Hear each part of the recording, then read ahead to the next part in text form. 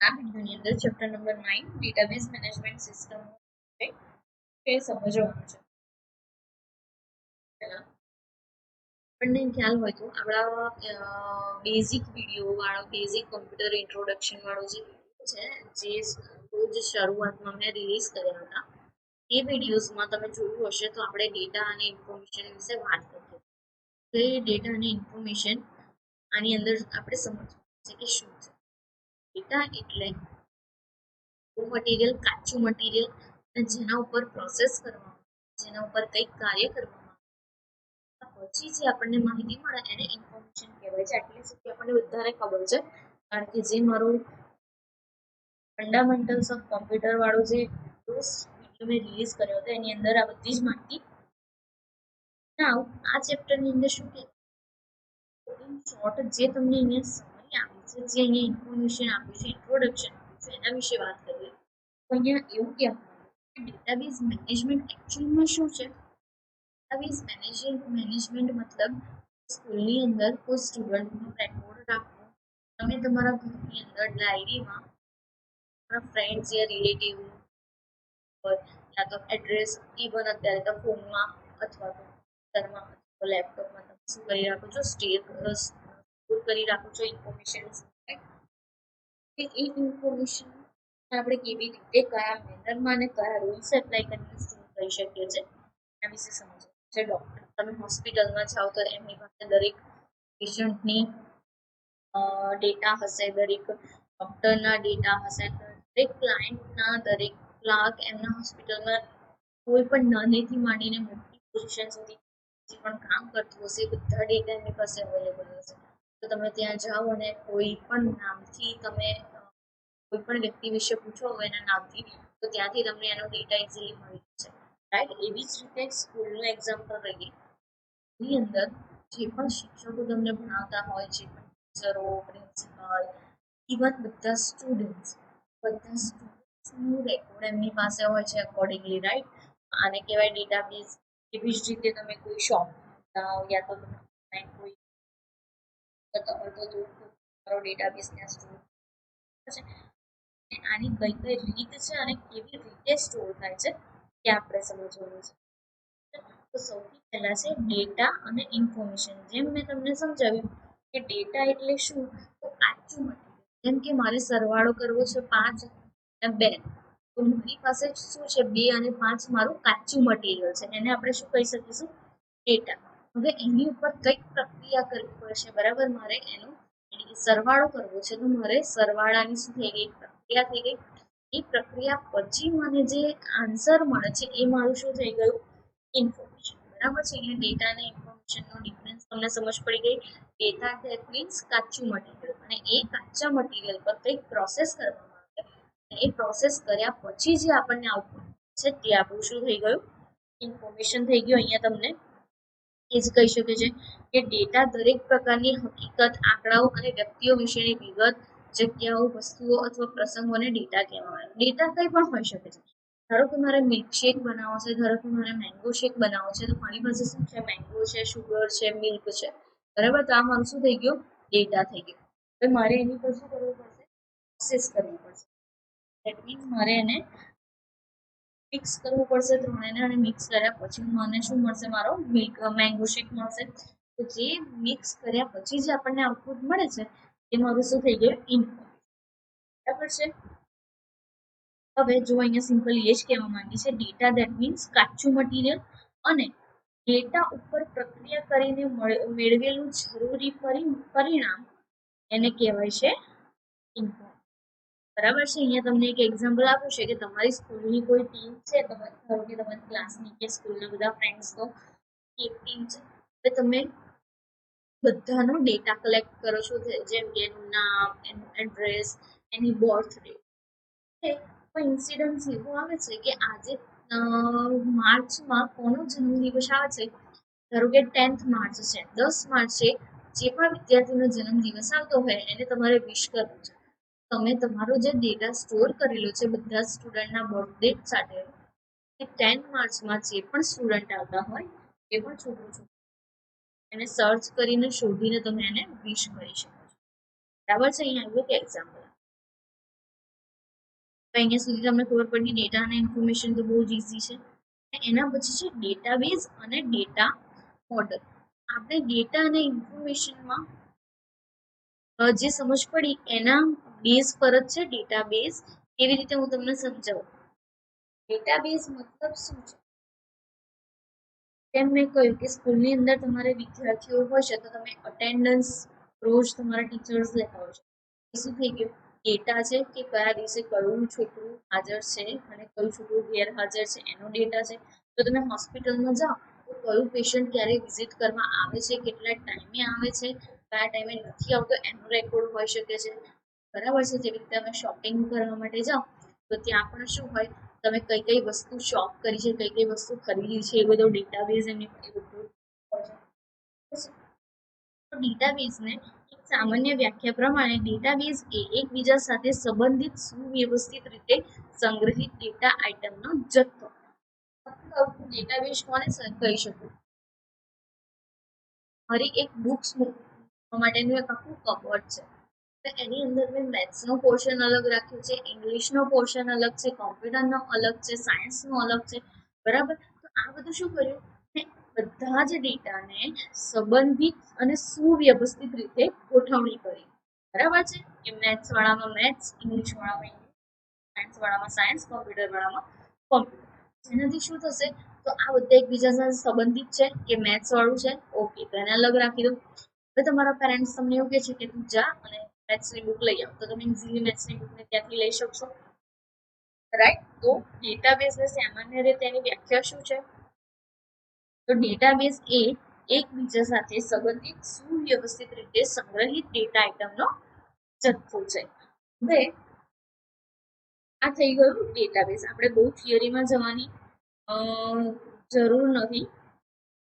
તમને જેવી રીતે સમજાવું છું એ તમે સમજો, એ જ તમને અહીંયા સમજાવવામાં આવે છે અલગ અલગ ઉદાહરણ સાથે. હવે તમે ચિલ્ડ્રન શોપની અંદર જાઓ તો એની અંદર શું હોય? સ્ટેશનરીમાં તમે જાઓ તો સ્ટેશનરી અંદર શું હોય? ટેગનો અલગ પોર્શન હોય. પછી સ્ટેશનરી મતલબ તમારું જે સ્ટેશનરી આપણું બુક્સ હોય, પેન્સિલ, રબર, શાર્પનર, આ બધાનો એક અલગ પોર્શન હોય છે. ટેક્સ્ટ બુક વગેરેનું એક અલગ પોર્શન હોય છે. રાઈટ. તો આ બધા શું છે? ડેટા છે એમની પાસે. એમને એક સુવ્યવસ્થિત રીતે સંબંધિત રીતે એને ગોઠવણ કરી છે, જેનાથી શું થશે? તમે જઈને કઈ વસ્તુ માંગો છો ઇઝીલી તમને એ લોકો પ્રોવાઈડ કરી શકે છે. હવે આની અંદર બધાને પોતપોતાના રોલ હોય છે. કેવી રીતે? ધારો કે કિચનની અંદર જો મારે કોઈ પણ વ્યવસ્થા કરવી છે તો મારા કિચનની ગોઠવણ અલગ હશે. તો મારે મારા બેડરૂમની અંદર મારા વોર્ડરોબની ગોઠવણ કરવી હશે તો મારા એ બેડરૂમના વોર્ડરોબનું સ્ટ્રક્ચર અલગ હશે. જો મારે બુક માટે મારું બુકનું કબાટ બનાવવું છે તો એનું સ્ટ્રક્ચર અલગ હશે. મારે શૂઝનું કબાટ બનાવવું છે તો એનું સ્ટ્રક્ચર અલગ હશે. જો કે મારા વોર્ડરોબ છે, મતલબ મારે કપડાં મૂકવાનું કબાટ બનાવવું છે. કપડાં મારા હું કયા મેનરમાં મૂકું છું? કપડાના કબાટની અંદર સૌથી ટોપમાં હું કપડાનું કબાટ રાખીશ. બોટમની અંદર હું બે ડ્રોવર રાખીશ, જેની અંદર મારા વોલેટ, ગ્લાસીસ વગેરે હું મૂકી શકું. એના પછી બોટમની અંદર હું ફરી મારા પજામાસ એન્ડ ટી શર્ટ્સ, નાઇટવેર માટેની એક જગ્યા રાખીશ. એના પછી લોઅર બિલકુલ બોટમની અંદર રાખું છું. તો મારા શૂઝ માટેના 2-3 ડ્રોવર ત્યાં રાખું છું. બરાબર છે. તો આ મેન્ટેન થઈ ગયું આપણું વોર્ડરોબ. કપડા માટેનું આખું મારું કબટ રેડી થઈ ગયું. સેમ એવી રીતે હું શું કરું છું? બુક માટેનું કબટ. તો એની અંદર શું થશે? તો બુક માટે મારે નાના નાના પોર્શન જોઈશે, નાના નાના જગ્યાઓ જોઈશે, જેનાથી હું શું કરી શકીશ? અલગ અલગ સબ્જેક્ટની બુકને અલગ અલગ ગોઠવણ. આ રીતે જે અલગ અલગ ડેટાબેઝ પર આપણે અલગ અલગ રૂલ એપ્લાય કરવાના હોય એને કહેવાય ડેટા મોડેલ. બરાબર છે. જેવી રીતે કિચન, તો કિચનની અંદર મારે ડ્રોવર્સ અલગ અલગ, મારી ડિશિસ માટે અલગ હશે, મારા બાઉલ માટે અલગ હશે, મારા સ્પૂન માટે અલગ હશે, ગ્લાસ માટે અલગ હશે. રાઈટ. તો અમુક અમુક રૂલ મારે એપ્લાય કરવા પડે ડેટાબેઝ ઉપર અકોર્ડિંગ ટુ નીડ. જેવી જરૂર હોય એ પ્રમાણે મારે શું કરવું પડે? એના ઉપર રૂલ એપ્લાય કરવા પડે. એને કહેવાય છે ડેટાબેઝ મોડેલ. બરાબર છે. ખબર પડી ગઈ અહીંયા ડેટાબેઝ શું છે અને ડેટાબેઝ મોડેલ શું છે. ડેટાબેઝ મોડેલ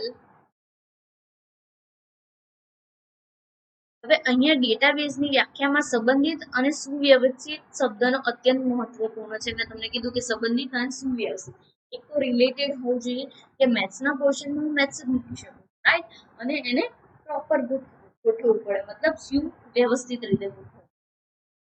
એ બે વર્ડ તમારે યાદ રાખવાના છે, એક્ઝામમાં પૂછી શકે.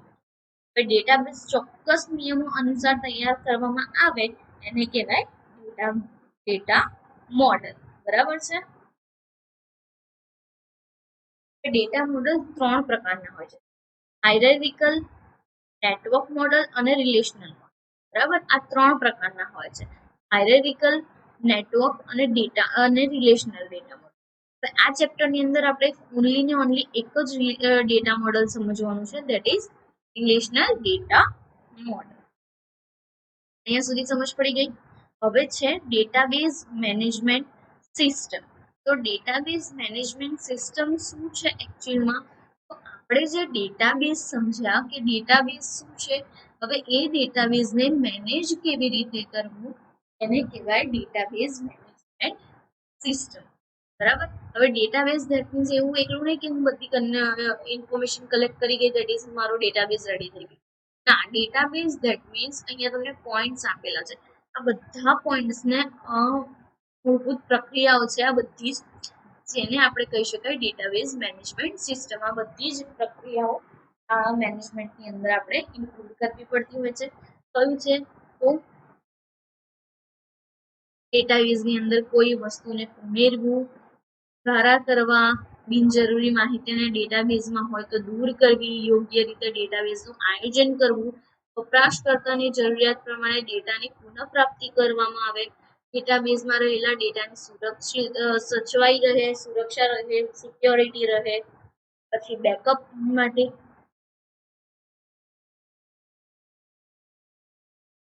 બેકઅપની જાળવણી કરવા, એક જ સમયે અનેક વપરાશકર્તાને ડેટાબેઝ વાપરવાની મંજૂરી આપવા માટે, બહુવિધ ભાષાઓમાં ડેટાનો સંગ્રહ કરવાની મંજૂરી, અલગ અલગ ભાષાઓની અંદર આપણે એને સ્ટોર કરી શકાય અને અલગ અલગ સ્થળોએ એને સ્ટોર કરી શકાય. તો આ બધું જે છે શેમાં આવે છે? તો ડેટાબેઝ મેનેજમેન્ટ સિસ્ટમ.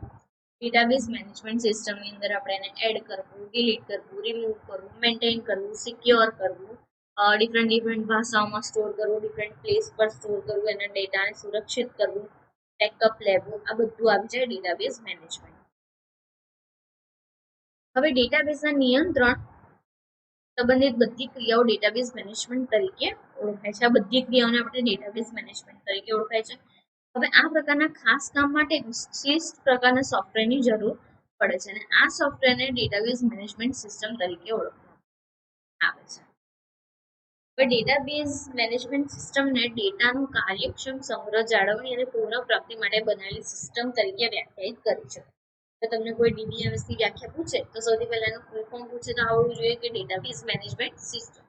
એને વ્યાખ્યાયિત કેવી રીતે કરી શકાય? તો સૌથી પહેલા કાર્યક્ષમ સંગ્રહ, મતલબ કોઈ પણ ડેટાને સ્ટોર કરવા, એને મેન્ટેન મતલબ જાળવણી કરવા અને મેળવવા માટે મતલબ પુનઃપ્રાપ્તિ. આ 3 વર્ડ તમારે યાદ રાખવાના છે. તો DBMS તમે કેવી રીતે વ્યાખ્યાયિત કરશો?